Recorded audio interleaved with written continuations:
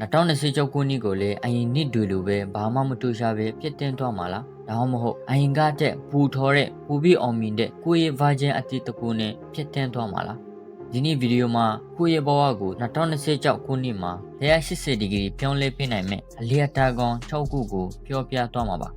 အားလုံးပဲမင်္ဂလာပါ Group Member Channel ကနေကြိုဆိုပါရစေ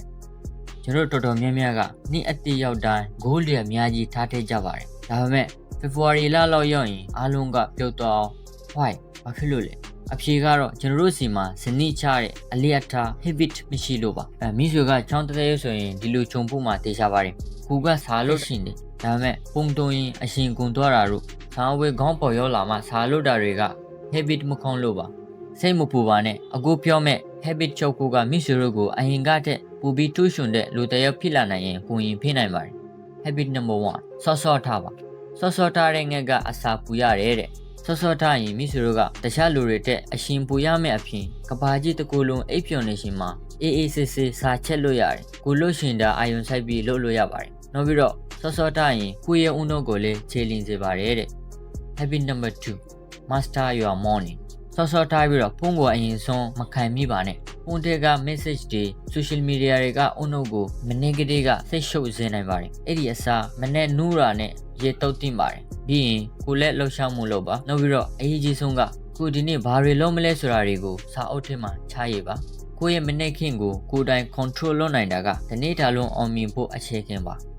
habit number 3စာအုပ်ဖက်ပါဘင်ယာရှင်တွေက knowledge is power လို့ဆိုကြပါတယ်အဲ့ဒါကြောင့်ကျွန်တော်တို့နေ့တိုင်းစာဖက်တင်ပါတယ်တရက်မှာဓမြနာပြဖြစ်ဖြစ်ဓမြနာပြဖြစ်ဖြစ်စာဖက်ပါဖက်ဖို့အရှိမရှိဘူးဆိုရင်လမ်းချောင်းရင်ခါစီရင် audio book တွေကိုနားထောင်လို့ရပါတယ်စာပါလို့ဖက်တင်တာလေမိဆွေတို့ကနိုင်ပိုင်းအတွင်းမှာပဲစာရေးဆရာတယောက်ကနှစ်ပေါင်းများစွာကြိုးစားပြီးမှရလာတဲ့အတွေ့အကြုံတွေကိုသူ့ရဲ့စာအုပ်တော်ဖက်တာနဲ့ရနိုင်လို့ပါ habit number 4နေ့တိုင်းလေ့ကျင့်ခင်းလုပ်ပါကျမ်းမာခြင်းတွေလက်တပါဆိုတဲ့စကားအတိုင်းပဲခန္ဓာကိုယ်ချမ်းမာမှစိတ်ရှင်းတာမှာပါခန္ဓာကိုယ်ချမ်းမာဖို့ exercise လုပ်ဖို့လိုပါတယ် exercise လုပ်ဖို့ဂျင်တွားစရာမလိုပါဘူးတရက်ကိုမိနစ်20လောက်လင်းကြော့တာတို့အိမ်မှာ10မိနစ်လောက် stretching လုပ်ရင်အဆင်ပြေပါတယ်လေ့ကျင့်ခင်းလုပ်တာကကျွန်တော်ရဲ့ဦးနှုတ်ကိုလင်းဆင်းစေပြီးတော့အလုပ်လုပ်တဲ့အခါ focus ပိုရစေပါတယ်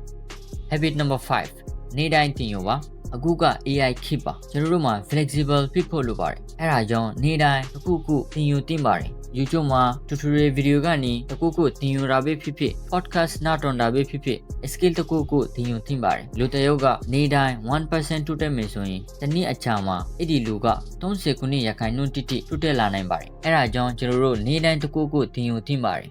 habit number 6စကားပြောဆွင့်ရင်မြင့်တင်ပါမိစေရောကဘလောက်ပဲထော်နေပါလိ topic တစ်ခုကိုသူများနားလည်အောင်မပြောပြတဲ့ရင်အခွင့်အရေးတွေအများကြီးဆုံးရှုံးရထက်ပါတယ်လူတွေနဲ့ပြောဆိုဆက်ဆံတဲ့အခါတေချာနားထောင်ပေးတာမျိုးကိုယ့်ရဲ့ idea ကိုရှင်းရှင်းလင်းလင်းပြင်ပြထက်တာတို့ကနေ့စဉ်ဘဝမှာအလွန်အရေးကြီးတဲ့အရာတစ်ခုပါဒီ habit 6ခုကိုဆက်ရှင်အကုန်လိုက်လုပ်ဖို့မကြိုးစားပါနဲ့အဲ့ဒီထဲကကိုချိုက်တဲ့ habit နှစ်ခုကိုအရင်ရွေးပါပြီးရင်အဲ့ဒီ habit နှစ်ခုကိုတလားလုံးဇက်တိုက်လုပ်ကြည့်ပြီးတော့အချင်းပြတော့ရင် channel habit တွေကိုလည်းဆက်လုပ်ကြည့်ပါဒီဗီဒီယိုကအကျိုးရှိခဲ့တယ်ဆိုရင် like and subscribe လုပ်ဖို့မမေ့ပါနဲ့အားလုံးကိုကျေးဇူးတင်ပါတယ်